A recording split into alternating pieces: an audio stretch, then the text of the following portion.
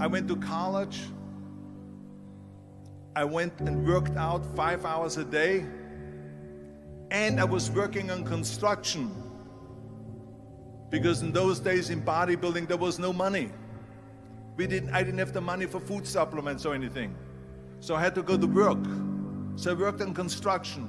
I went to college. I worked out in the gym, and at night from 8 o'clock at night to 12 midnight, I went to acting class 4 times a week. So I did all of that. There was not one single minute that I wasted. And this is why I'm standing here today.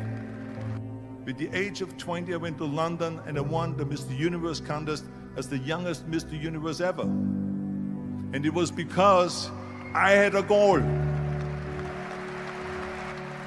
You see, if you don't have a vision of where you go, and if you don't have a goal where you go, you drift around and you never end up anywhere. 74% hate their job in America. The majority of people don't like what they're doing because they're really not doing it because they didn't have a goal and they followed this goal. They just aimlessly drift around, and then all of a sudden there's a job opening, so they get that job because you have to work. But then when you work, it's a chore. It's work. It's not fun. So if you think about, only a quarter of the people really enjoy what they're doing in life. So people always ask me, when they saw me in the gym in the pumping iron days, they say, why is it that you're working out so hard? 5 hours a day, 6 hours a day, and you have always a smile on your face. The others are working out just as hard as you do, and they look sour in the face. Why is that? And I told people all the time, I said, because to me, I'm shooting for a goal. In front of me is the Mr. Universe title. So every rep that I do gets me closer to accomplishing that goal, to make this goal, this vision, turn into reality.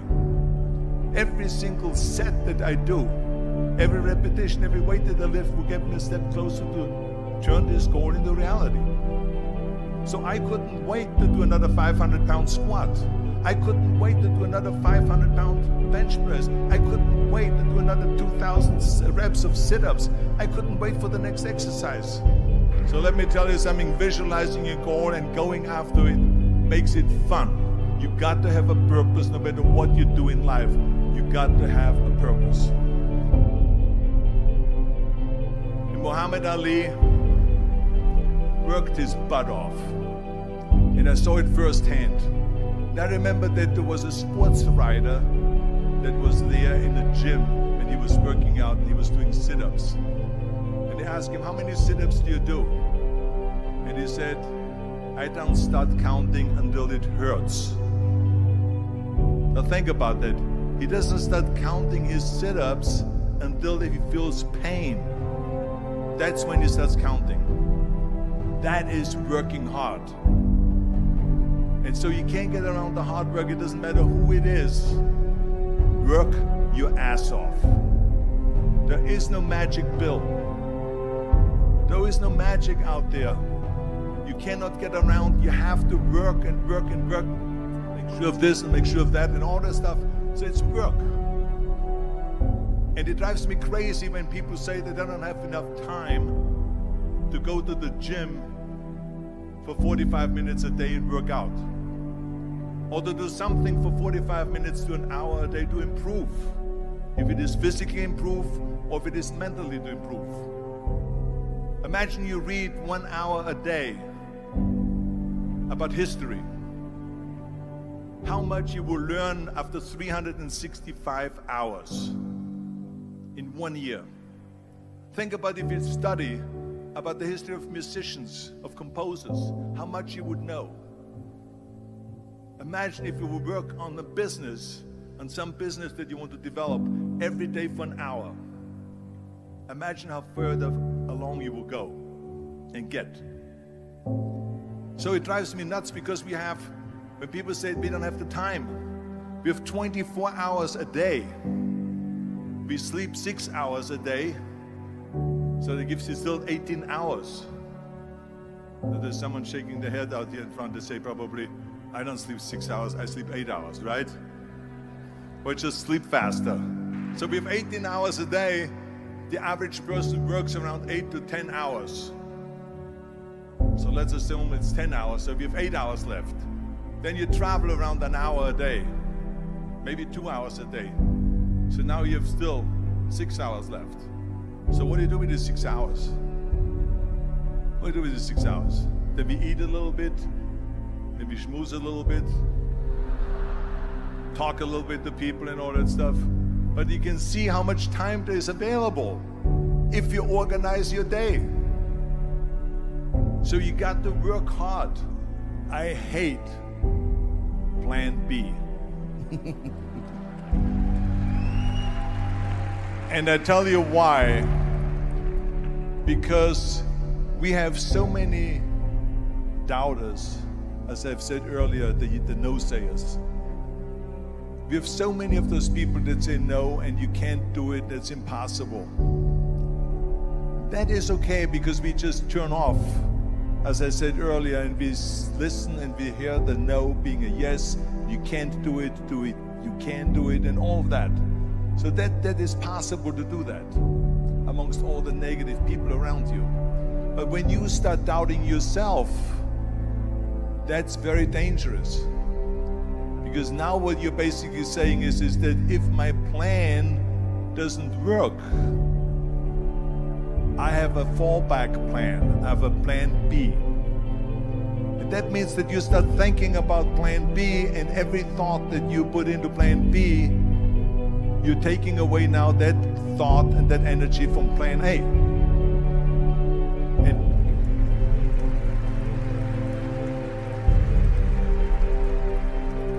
And it's very important to understand that we function better if there is no safety net, because plan B becomes a safety net. It says that if I fail, then I fall and I get picked up and I have something else there that will protect me. And that's not good, because people perform better when there's no safety net. People perform better in sports and everything else if you don't have a plan B. I'm telling you, I've never ever had a plan B. I made a full commitment that I'm gonna go and be a bodybuilding champion. I made a full commitment that I'm gonna be in America. I made a full commitment that I'm gonna get in the show business and I'm going to be a leading man. No matter what it takes, I will do the work. I will do the work over and over and over until I get it. And the same was in politics, in everything like that. So to me, it is very dangerous to have a plan B, because you're cutting yourself off from the chance of really succeeding. And the reason, one of the main reasons why people want to have a plan B is because they are worried about failing. What is if I fail, then I don't have anything else? Well, let me tell you something. Don't be afraid of failing, because there's nothing wrong with failing. You have to fail in order to climb that ladder. There's no one that doesn't fail. Michael Jordan said in one of his interviews, when they said, "You're unbelievable, you're the greatest basketball player of all times." I mean, tell me about that. And he says, "Well, you're just mentioning the successes." But he says, for me to become the greatest basketball player, I missed 9,000 shots when I was playing basketball at the NBA games. So during these games that he was so successful, he missed 9,000 shots. Does it make him a failure? No. He's one of the greatest basketball players of all times, but he failed 9,000 times. Do you get it? We all fail. It's okay.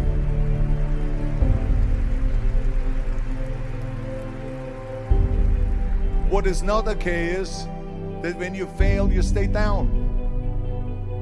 Whoever stays down is a loser. And winners will fail and get up, fail and get up, fail and get up. You always get up. That is a winner. That is a winner. I failed in bodybuilding. I lost bodybuilding competitions. I lost powerlifting competitions. I lost weightlifting competitions. I had movies that went in the toilet and that were terrible and got the worst reviews. And in politics, I remember I had many of the initiatives on the ballot, and we lost. My approval rating in California went down to 28%, and then it went back up again, and I won again the governorship. Hey, we all lose. We all have losses. This is okay, and this is why I say don't be worried about losing, because when you're afraid of losing, then you get frozen. You get stiff, you're not relaxed. You got to be, in order to perform well in anything, if it's in boxing or if it is on your job or with your thinking, is only happening when you relax. So relax. It's okay to fail. Let's just go all out and give it everything that you got. That's what it is all about. So don't be afraid to fail.